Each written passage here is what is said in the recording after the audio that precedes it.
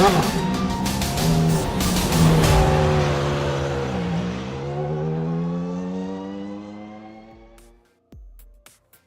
of all of North America's street circuits, perhaps the most famous is Long Beach. Winning here has gained a level of prestige that not many other tracks hold.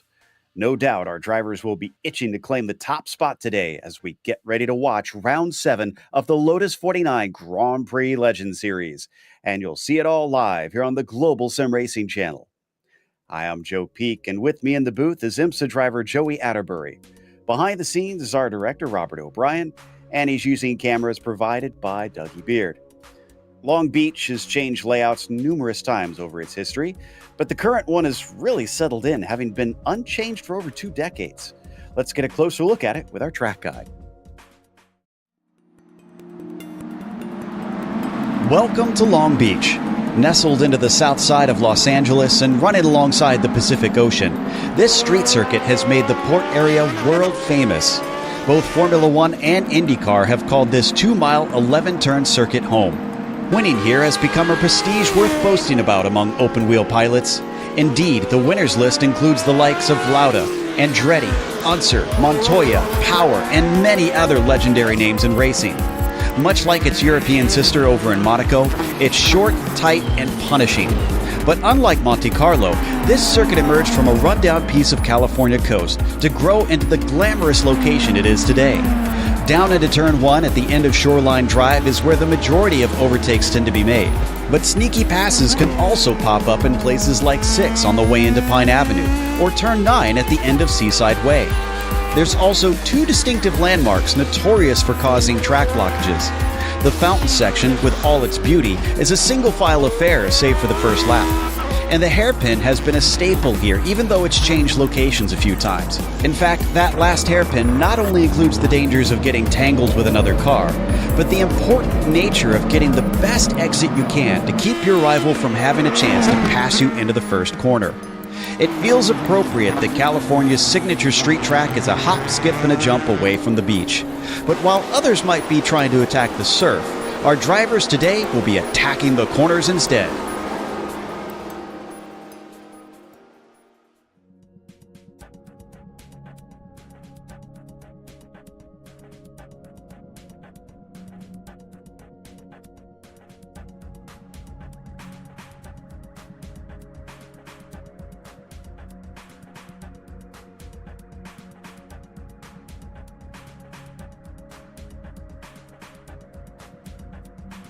With the standing start that's going to be happening here in this series, plenty of danger areas on lap 1.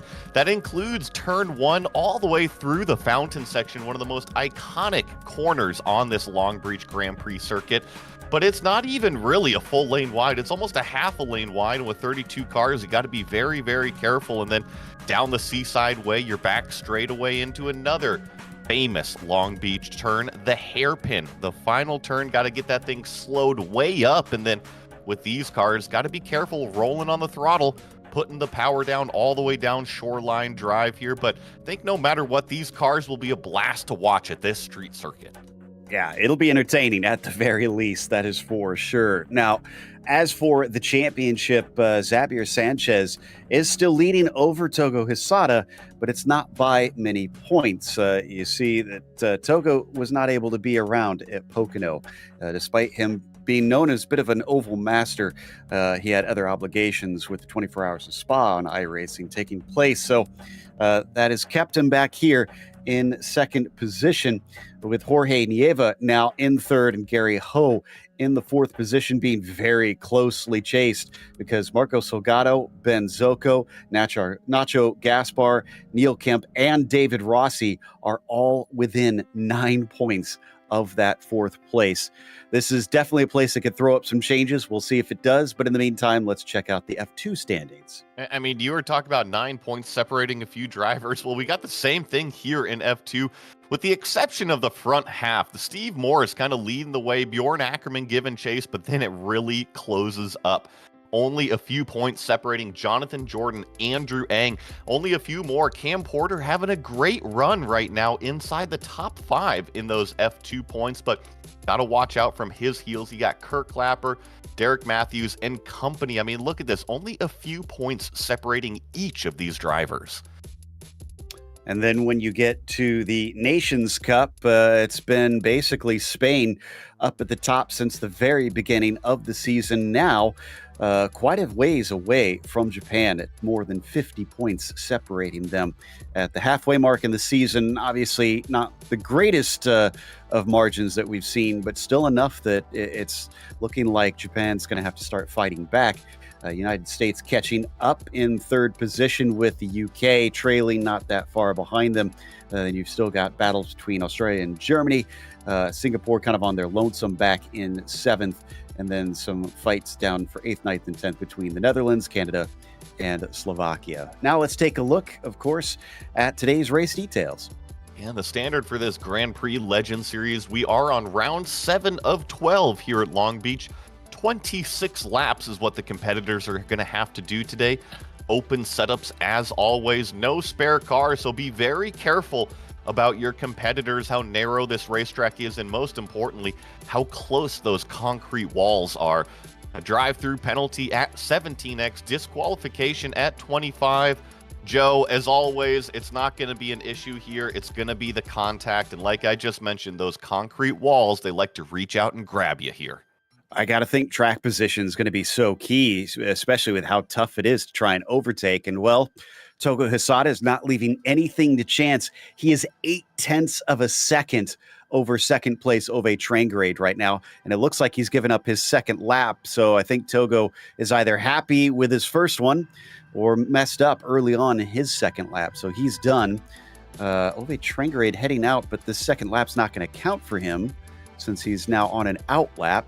So that's not going to be an improvement, just maybe trying to get to a little bit of practice in the meantime. Looking to see if anybody down there might have the speed to challenge. I'm not seeing many fast guys here today that look like they're likely to take that pole away. No, I'm looking at the number 13. I still see his name grayed out down there, but I got a wish. Maybe one day he'll get out there in qualifying. Eventually, maybe if we keep hassling him enough on the broadcasts. That's what I'm getting at over here. At least maybe, hopefully, Jason, even if you don't qualify, come and chat with us because we'd love to get to pick your brain. Something we haven't gotten to do yet is there's been no interviews with Jason. So, Jason, if you are watching, we want to talk to you and get to know you a little bit. You've become quite the feature here on the Grand Prix Legends series. As we watch David Rossi cross the line to start his first flyer, what I think is going to be his only flyer, because these laps are a little over 1 minute, about 1:18 for the fast guys. So don't think that's going to be enough for him to get around twice. No, he will be able to complete this lap at least, but you're right, won't be able to complete that second lap. And you were mentioning Togo Hisada earlier today, one of the points championship contenders. Didn't go to Pocono, and here he is standing on top of the field. You said 0.7 of a second between him and Mikko Leno. I wonder if missing Pocono, he's sitting around all week just antsy to get back into the race car, and now that he's finally back in it, he gets to go fast again. Exactly. He had all this time to focus here on Long Beach now that he's done with Spa, and certainly looks like he was focusing. And you're right, Mikko Leno overtook Ove Trangrade there. To try and get better. Now, Xavier Sanchez isn't here today, so Xavier's going to have to take a 0, which I believe will be one of his drop weeks for this season, no doubt. David Rossi, who's coming up to the finish line here, crosses, and it's a 1:19.2. It's only good enough for 12th. That's a little low for David, not horrible, but he's been getting quicker as of late. You can see him in the top 10 in the F1 points, so bit surprised to see him struggling that badly. And with about 30 seconds left, I think that is going to be it for our qualifying. So our starting order sees Togo Hisada back on the top spot, looking for another win. Mikko Leno in second, and Ove Trangrade starting from third position. John Olsen will be in P4 as Marco Salgado starts from 5th and Kyle Ridley in the 6th spot. Then it's Glenn Becker in P7. Laust Olsen will start from 8th today, and then row 5 has Bill Tyler and Gary Ho.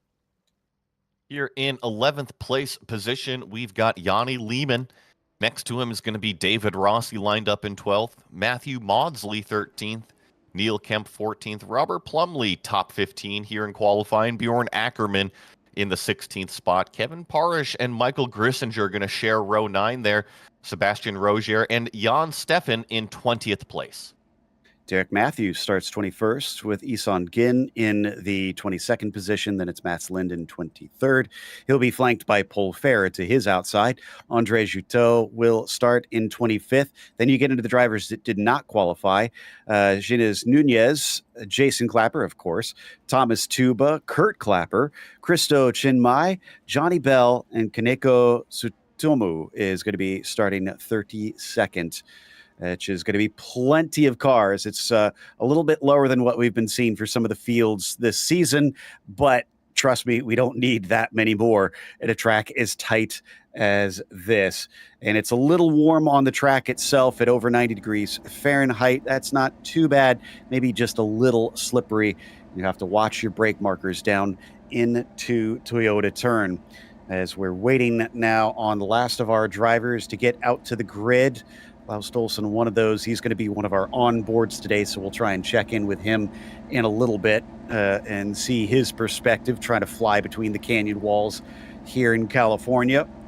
But looks like we still need some of our drivers towards the back, Chinmay and Tsutomu, who might start from pit lane. It's not the worst thing in the world to try and do that, considering it is so dangerous down into the first turn. That you could see drivers get collected innocently. There is actually our onboard with Laust Olsen ready to go here today, as we've got about no seconds left, actually. It looks like we are done gridding. So the engines now start to rev as the lights come up for round 7, and the green flag is out. Poor start back there. I think that may have been Ridley as he drops backwards, and we come down into the first turn here with Togo Hisada not having the best start. Leno has gotten past him, and he's guarding the inside immediately as they come down to the braking. He is going to take the lead away. I said track position's important. He knew it. Yes, Mikko Leno to the lead off of the launch on the straight, and look at the field go through the fountain for the first time. I'm not seeing any major contact as we make our way up through some of these tight, twisty turns of Long Beach. Laust Olsen got turned around, and he had to take a tow. Decided it wasn't worth trying to get the car to take off. I didn't see much damage, so not sure if that was just him deciding it's better to try and send the car to pit lane and try from there. And Gils Kemp also had a spin, but otherwise it looks like we are good right now with Leno leading Hisada. Olsen, John Olsen, is in third here, up one position over Ove Trangaré. A couple big notifications here. Nunez, we're not even halfway through this lap, up 10 positions, so the number 6 car doing a great job, but it's all about Mikko Leno holding off the pressure from Togo Hisada right now. Wow, impressive stuff there. So let's see if he can make up much more than that, as Leno still holds the lead over Hisada, but he's hot on his heels. Apologies, we'll get the feedback here in just a moment. As they break down into turn 1 once again. Togo's not quite close enough as our pictures come back. John Olsen dropping off to about 7/10 behind him. He could still pick it up and start to gain some ground here as they come up towards turn 5, turning back onto Shoreline Drive. Yeah, this is an impressive little train here in this kind of 5th through 10th place position. And you mentioned the track position, so important, so crucial here at Long Beach. I mean, you can look at them, they're just lined up nose to gearbox here on these Lotus 49s, and not very many opportunities to pass unless a competitor makes a mistake. Glenn Becker here with our onboard chasing Bill Tyler. He's also got Gary Ho close behind him right now. Gary Ho, our highest Singapore driver, representing there, with Tixier kind of taking a bit of a vacation this season. He's been popping in, but with a what they call a Smurf account, a second account that doesn't have as high of I-rate. He tries to charge from the back, so Ho's been doing his best to kind of carry the flag as Glenn Becker is close through the hairpin, but look at how much they stretch apart as they accelerate on the shoreline. A little bit of an accordion effect, a little bit of a rubber band. You know, they stretch out on the straightaways, and then when they come up to these brake zones like turn 1, the biggest brake zone on the racetrack, they all condense and shrink right back on up.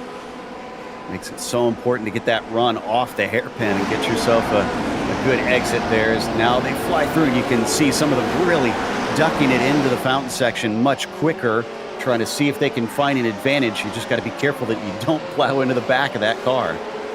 It is so tight around Long Beach, not just the car in front of you, but you just mentioned it, those concrete walls. They are inches away on all the corners on both sides. And there's not much elevation change, but where there is, it is tricky there. Coming over the crest over Pine Avenue, definitely at a car like this with no downforce, going to be tough to try and keep it from spinning the wheels up through there. They're only on lap 3, so still early stages as we watch Bill Tyler in the blue and white chase on Kyle Ridley. Kyle may not have had a good start, but he's still exactly where he started this race in 6th. Yeah, and you mentioned it, Bill Tyler in this number 7 machine that we're watching. He's trying to figure out a way around Ridley, and look at it, the train is starting to form up a little bit. I'm watching the lap times.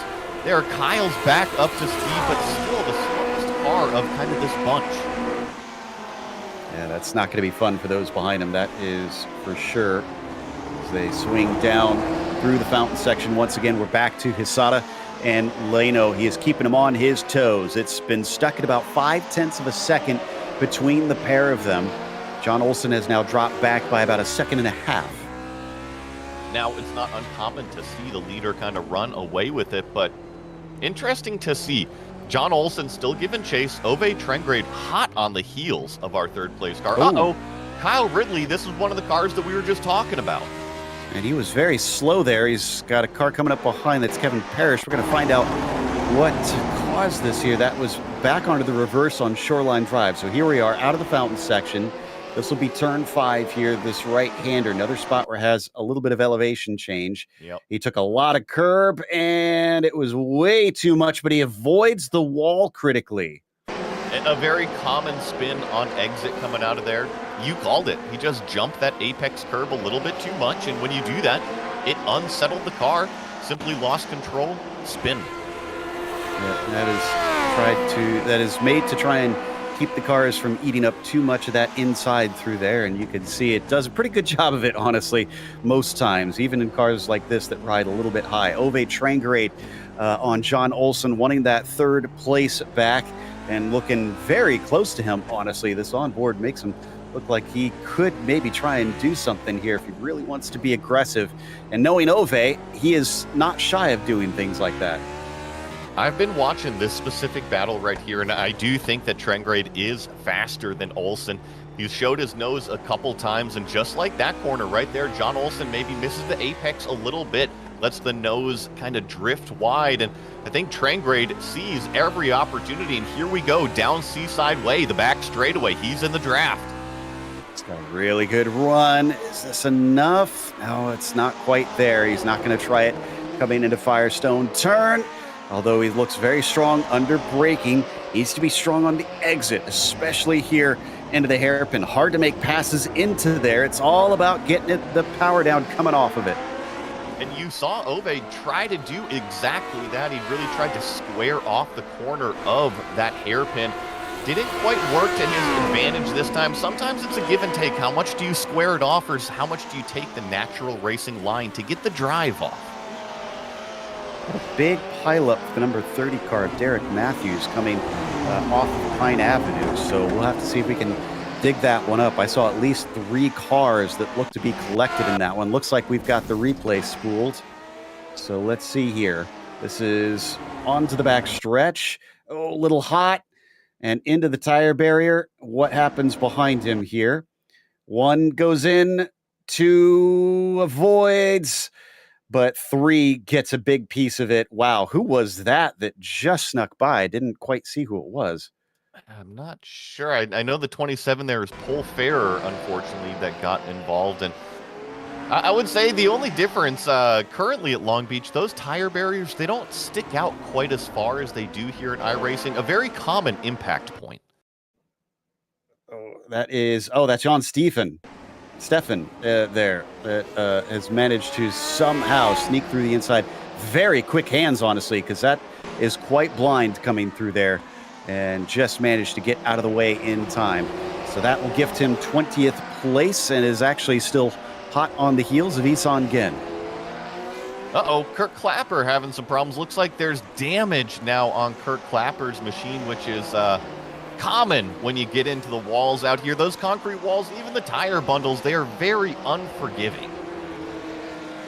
Absolutely. They'll soften the blow a little bit, but they can snag the car. Even here in the sim, you really don't want to try and clip them because they can turn you around so easily. Ove, kind of notorious for not practicing, tends to come in a little bit blind on these tracks, which is an amazing testament to how fast Ove is. Multi-time champion in this series as we ride on board with the Coloradoan of John Olsen, still in the podium position. And when you have a driver like that kind of comes in with no experience, what the tendency is he's just going to get faster and faster and faster as the race goes on, because those are practice laps. Those are information that he is banking into his log of memory. And guess what? He's just going to improve. And Ove's Roadrunner that he always has on his car, a bit apt in that sense. But it's also appropriate for those that didn't know. Ove is quite an accomplished cartoonist, if you get a chance. His cartoons are actually pretty incredible, very unique style that I have to say I appreciate. So we'll see if he can draw up a podium finish today. He's still got plenty of time. Well, Joe, we do need a track guide for all of those videos of yours. Maybe he can put you out there. Yeah, exactly. I'd be curious to see what his interpretation of me is, but... right now, Jason Clapper, his traditional run up the field has brought him up 11. Nunez doing better than him on that one. He's up 13 just up the road. Well, and remember, Nunez jumps 10-plus positions on the first lap, and ever since then has had a little bit of a rough road. You look, he's missing some body work on the front end of this number 6 car. Now, they don't make downforce with the body work attached. I don't think it's helping, though, with no body work. Yeah, I mean, what they do offer is some streamlining, especially the nose. What cooling. But, yeah, I was just going to say, I mean, this isn't that fast of a track, so, I mean, maybe it'll make them quicker because the engine will stay cooler. Yeah, it just might, and, it's fresh air to those legs. Maybe, it's like you pull the blanket up and the feet are sticking out the end. All kinds of creature comforts there. As Sir Robert Plumley back here with Jason Clapper right behind him, but also Kevin Parrish just in front of him on top of things. Everybody getting on the throttle as they pick up the speed down Shoreline Drive. This is one of the fastest parts on the track, already up to about 160, 170, and then they have to get onto the brakes as they woe it up for Toyota. And onto the brakes. I love the shots that we're getting because you see the suspension, the car just pitched down so much, and here at a place like Long Beach, you want that compliance. You want to be able to trust the car and it being able to go to the brakes and also lean back on those back tires when you roll to the throttle. And with these cars, you actually get to see that, unlike some of the modern stuff. Yeah, now they're so stiffly sprung in a lot of modern cars. This in comparison, granted, they probably had to run on a lot bumpier circuits and road courses in these cars back in the 60s, but they certainly do have quite a bit of suspension travel and enough speed that there were a couple tracks that they would get air. That's not hyperbole. At the Nürburgring in particular, these things will actually fly. It's an amazing sight to see, and if you go and look at the construction of these cars now, currently, and you're just like, oh man, you really want to strap into this thing, do 200 miles an hour and launch it over that hill? All right, man, go for it. Yeah, I cannot fathom having to be some of the first people that got enough speed to know that they've got to get air. Oh, as Gary Ho is unfortunately not in the sky, he's in the wall. He is stuck, it looks like, and unable to get out, so I think he's going to have to tow to pit lane because I'm not sure that he's going to be able to free that thing. This might be just out braking himself, or did he have a little bit of help there? Someone in front of him going off. He tries to avoid, maybe distracted, can't get it slowed up, and then just poink. And just, he finds that separation in those tire barriers, and look at that, the front right tire is just stuck there. You're not going to believe this. You're not going to believe this. He's gotten himself out. He somehow did it. I don't know. Yeah, okay, we're going to fast forward a little bit here. Where there's a will, there's a way. There it is. There it is. That's impressive. So he's actually, that probably saved his bacon, because he's only 21st. If he had towed, he'd probably still be in pit lane and being put laps down. Absolutely. And he does have some front-end damage on the machine, so I think he's off pace. We'll have to see if he brings it into pit lane to get it fixed, or if he's able to manage an okay pace on the track. All right, let's hope that it didn't hurt the suspension too much. Meanwhile, this has been about this far apart for quite some time in this race. Mikko Leno leading in the red machine, Togo Hisada in the red and white behind him by about 2 to 3 tenths of a second. But he hasn't been close enough that I've seen any attempts to try and get by as they go by the lapped car of Thomas Tuba. But again, this comes down to, for Hisada, big picture a little bit here, Joey. Mikko's not in the championship hunt. Does he try and risk the car here or just bring home a safe second? It's always the dilemma, right? But we're also not even halfway through the race here. We're coming up on lap 12 of 26. And do you let Togo Hisada go out there and do his thing and be the racing driver that he is, that he's capable of winning races and winning championships? Or do you get on the radio and say, hey, Togo, you know what? Maybe just take a day off here and just hang out in second place. I guarantee you the two different messages will probably be received very differently. Yeah, exactly. And Togo likes to mix it up. He's not a shy driver. So I can't imagine he's going to want to rest on his laurels and just bring it home. He's going to be sizing up Mikko.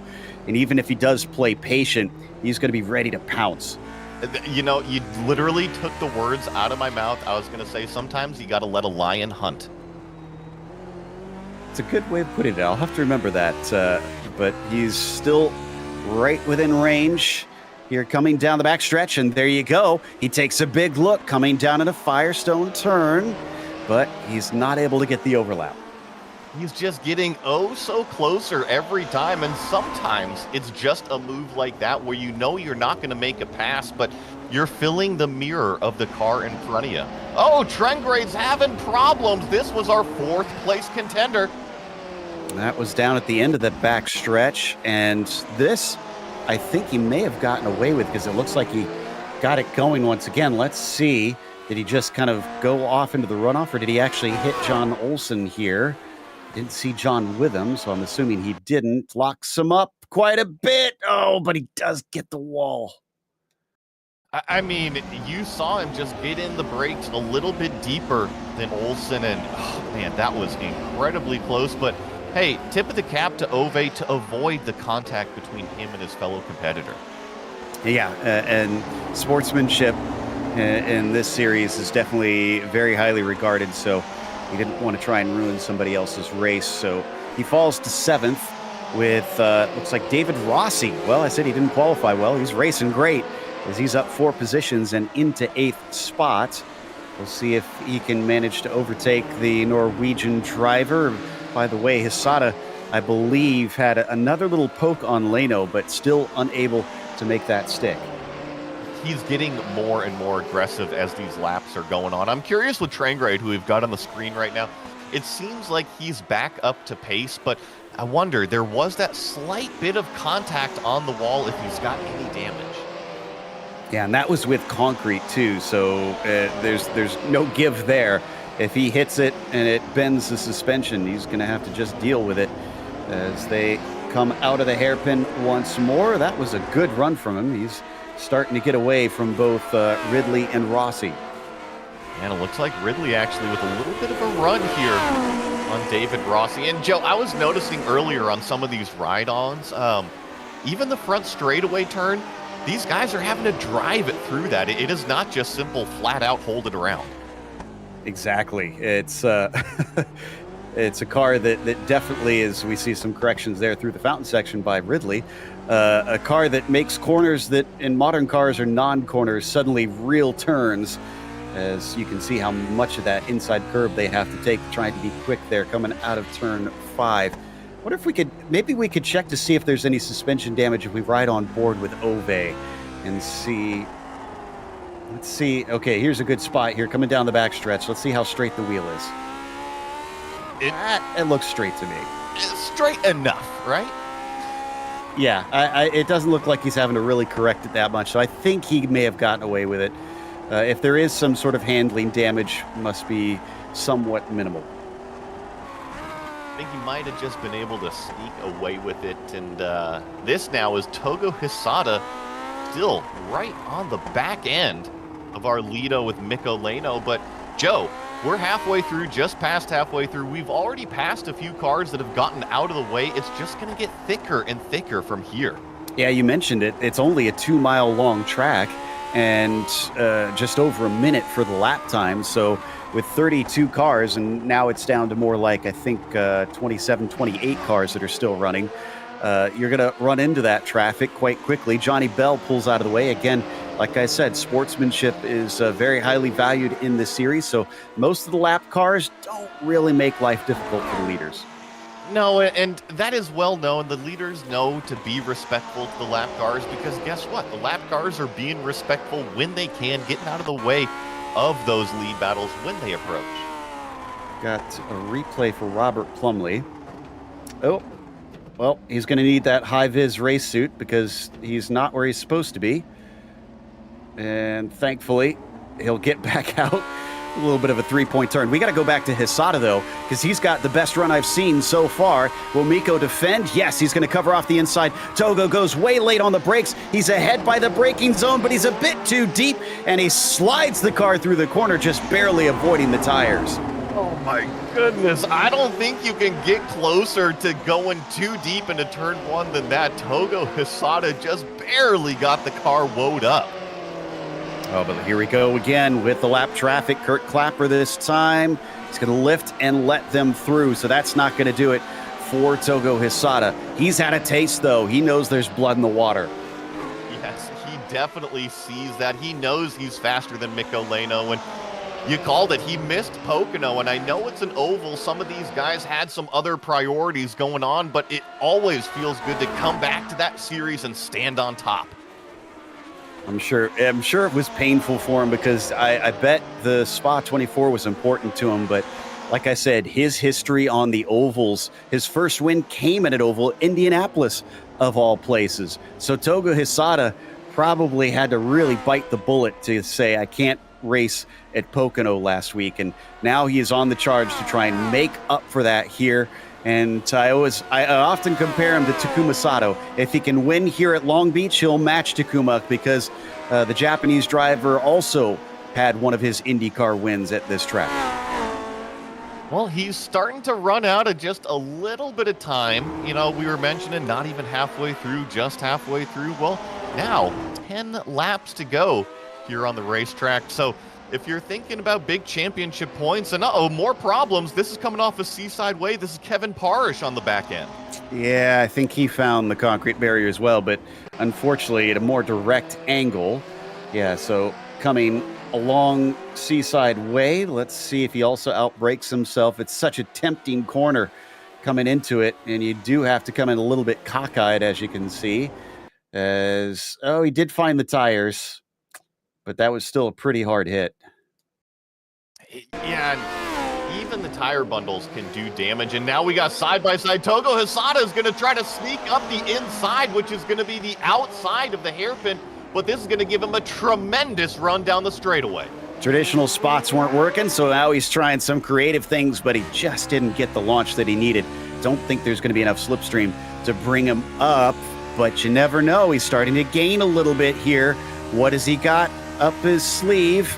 He's going to move back to the racing line as Leno covers him off, and once again, not able to get it done. This time, though, he doesn't outbrake himself.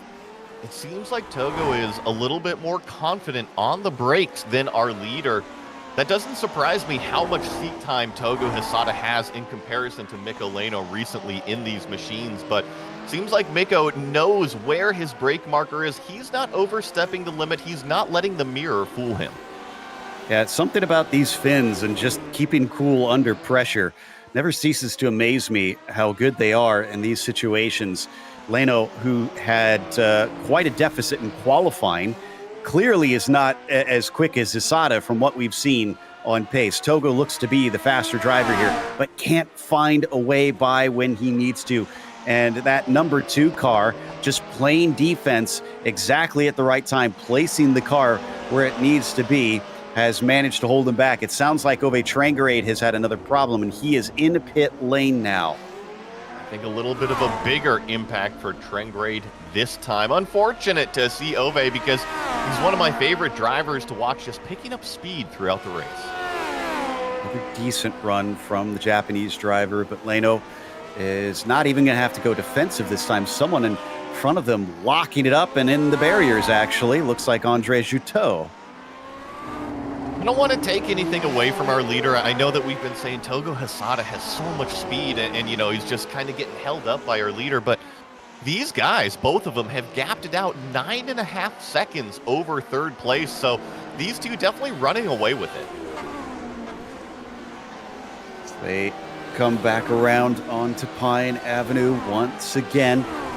Yeah, you're right. 10 seconds ahead of John Olsen. Just has incredible speed. And Mikko, despite me saying that the Togo's the quicker of the two, still clearly quick enough to be able to gap himself from the entire rest of the field. It's just this one car that he cannot shake, but he's only got to do it for 7 more laps here, and that he could get himself his first win of the season.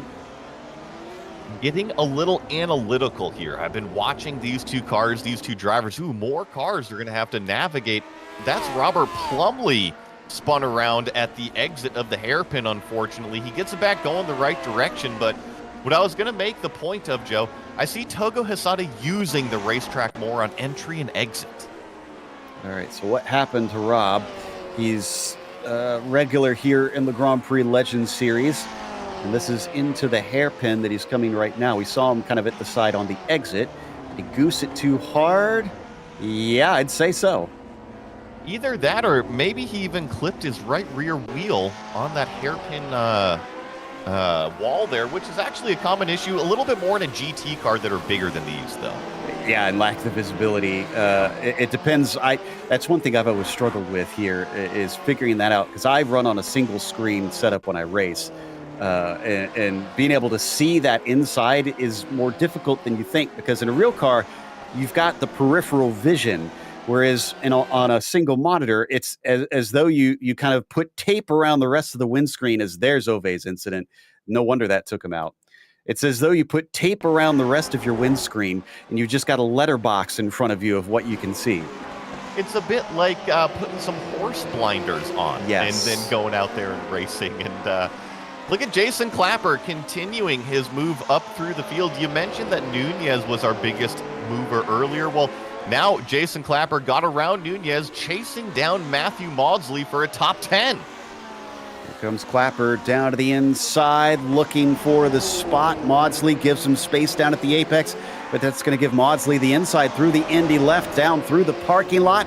It might not be enough, because the inside switches back once again to Jason Clapper, and he takes it away. It took about 3 or 4 corners, but he made it stick. If you are interested in coming and racing here with this community, that right there is a proof why you should. Space given between all competitors at one of the narrowest sections of a racetrack. Absolutely. Just because they're all gentlemanly to one another doesn't mean they don't race hard. As Johnny Bell has apparently had some issues as well here. He's in the thick of it. He's got Jason Clapper trying to overtake and lap him, and he's able to get by. It's always tricky, you know, especially when you're not the leader. You aren't sure if the lap car is going to move aside or not, but we've been mentioning just sportsmanship all around from everybody on the racetrack. They're aware of people in front, to the side, and in the mirrors. So only 5 laps left now. Togo still hot on the heels of the number 2. Mikko Leino going to try and not take his first win. I need to check and see how many he's had. At least I'm pretty certain he's had a few before. I'll pull up my stats sheet here in a moment. It says once I get a break, Togo's making it difficult for me to look away from the screen. He's so close behind that gearbox. Well, and I'll make a little bit of a point here because we were talking about how do you talk to Togo earlier in this race? Do you tell him second place is good enough, or do you let him go out and just kind of do his thing as a racing car driver? And now I think that with 5 laps to go, you come on the radio and remind Togo, be like, hey, look, you can go get this win, but reminder, you got a little bit too deep a couple times. Just be smart about it. And here we go down Seaside Way. He's got a tremendous run. Our leader goes to the inside defensive once again. He's going to stick it around the outside. Last time we saw this, it went to the car on the right, but they come together, and he's in the barrier. Mikko's race might be over unless he can get it rolling and limp it home. That was a hard hit. Togo carries on. By the way, I checked the stats. Unfortunately, Mikko has not won a race before. He's had 6 podiums to his name, but never the top step. Oh, no, and after that incident, I mean, that's pretty much going to take him all but out of contention for the win. He does get going with that huge gap. He stays in second place. Now, we're going to get a replay. They go side by side through the turn off the Seaside Way, and if you ask me, I think Lino might have squeezed Togo just a little bit through the left-hander here. Let's see. This will give us a good idea. Yeah, he turned in extremely early, I'd say. Car can't disappear. You've got one on your left, and that did him. And unfortunately, he had another spin down into turn 1. That's put him in the barriers, and Mikko is now out of this race. John Olsen gets promoted to second, and Marco Salgado, haven't talked about him hardly at all. He's on the podium. You're right. Great run from Marco Antonio Lopez Salgado in this number 11 machine, getting a good shot at him here through the Tecate turn, up the hill, down some of the only elevation there on Long Beach. I haven't mentioned it, but Guinness Nunez is out of this race, which means Jason Clapper is now our hardest charger, up 18 spots into 9th now. But what about Togo Hisada here? Is his car tracking straight, or did this cause him any damage? It looks pretty straight there. I think he may have gotten away with it. I think in the case that we were watching Ove earlier, I'm going to say the same thing. It's straight enough. Yep. So as he comes around with 3 to go. 13 and a half seconds, 3 laps. He can manage it. Yeah, he just has to try, like I said, and limp it home and try and take another win this season. This season itself, he's only taken 1 win so far. This will be his second that he's managed, which will make him the first driver other than Sanchez to have multiple wins this season. Not too shabby to try and play catch up on the driver that is currently leading the points, back with Bill Tyler. He's close enough to Salgado. He cannot make a mistake here if he wants that podium. No, and looking at lap times, I mean, they're close, Joe. They're very close. They're both up several positions, so I think both of them have the same mindset of continuing to move forward. They're not going to stop until that checkered flag falls, and here's that gap. It's slowly starting to come down, but it's still an uphill battle. Bill Tyler pretty much has to put the visor down for the last lap and a half here.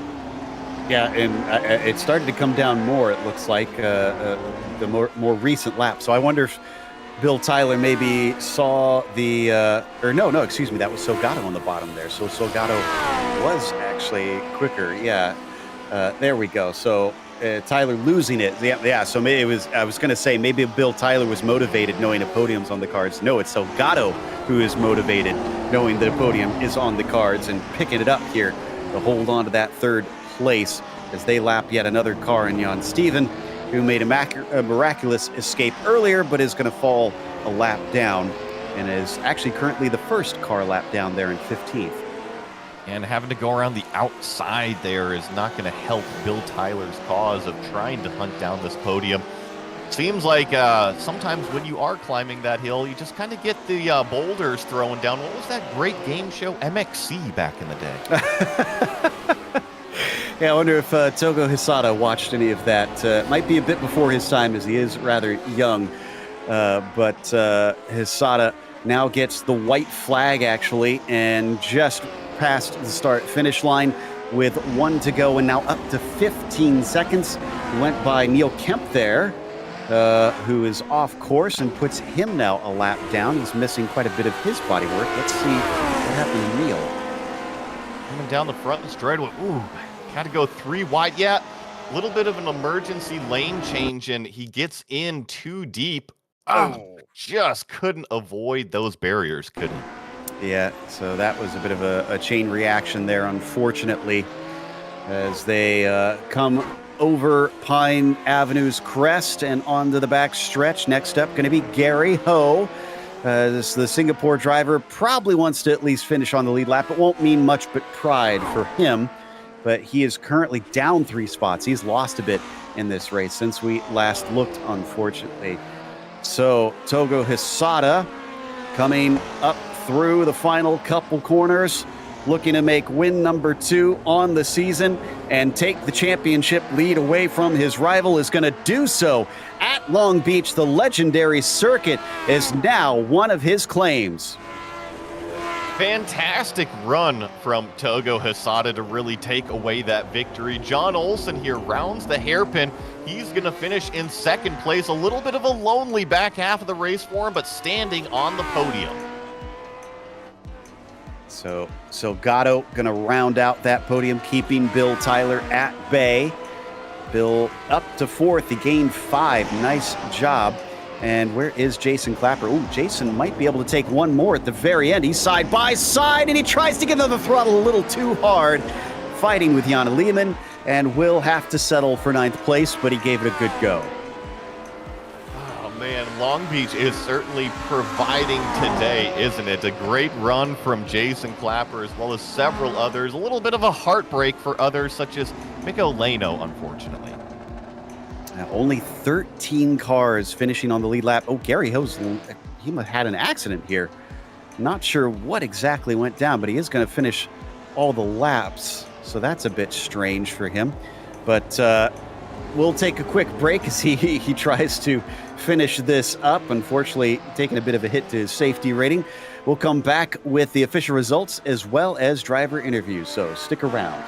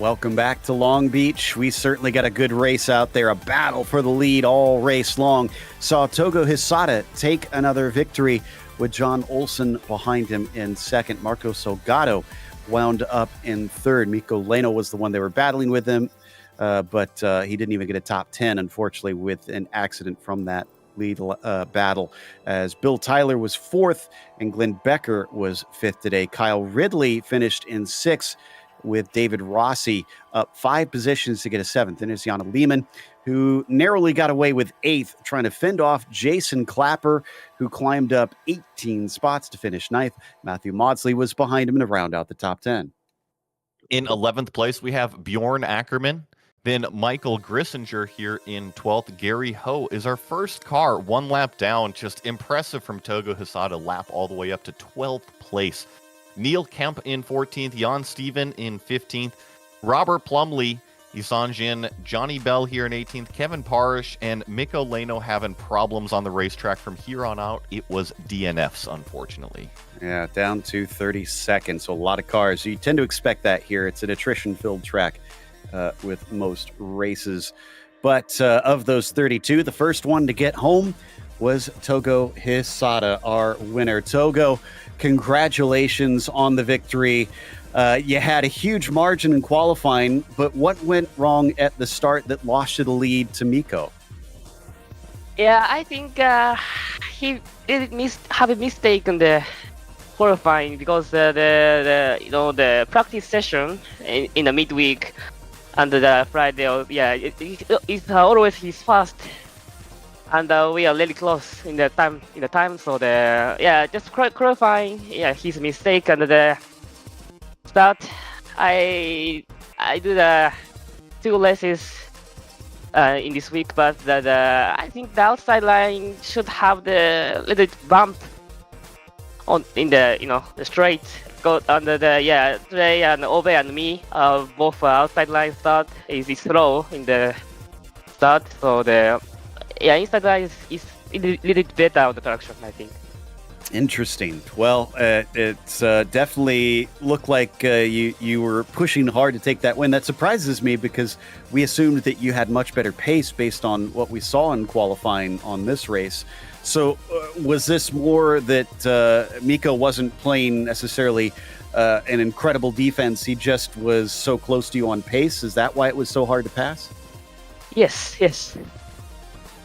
Interesting. Well, it came down to that side-to-side contact in the end. From our view, it looked like maybe he turned in a little bit too early. What's your opinion on the contact that wound up giving you the win?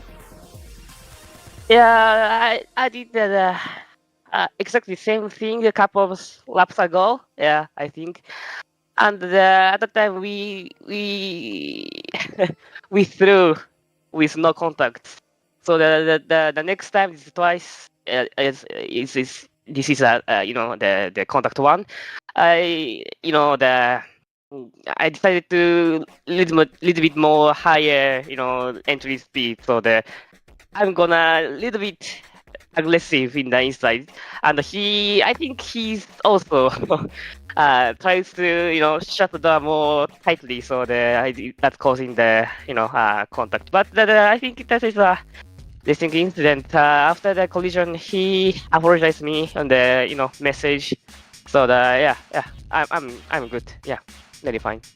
Glad to hear that you guys have no ill will over that one. It was a great battle. We were sad to see it come to blows, but still you gave us some good entertainment. Congratulations on your second win this season.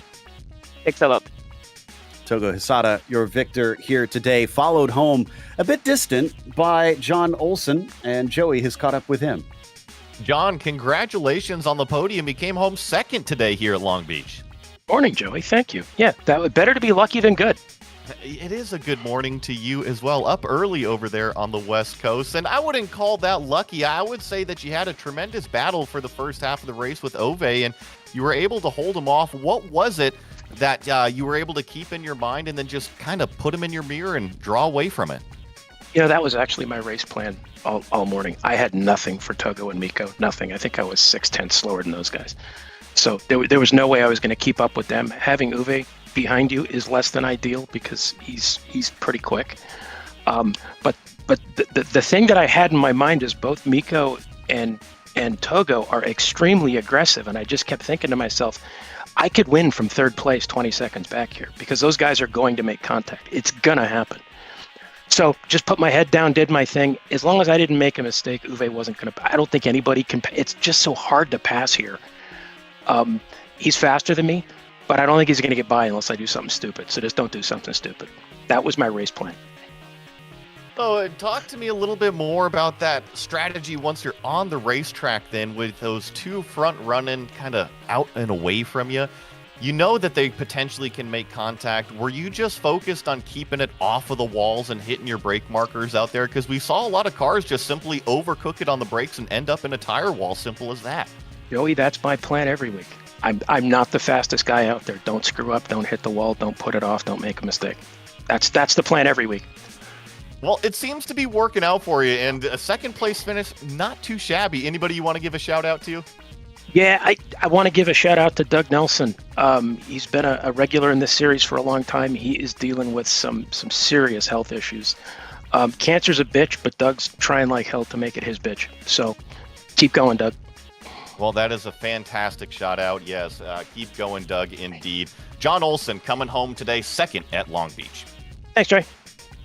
That leaves us one more to talk to, the other Olson, Laust Olson, who did actually finish.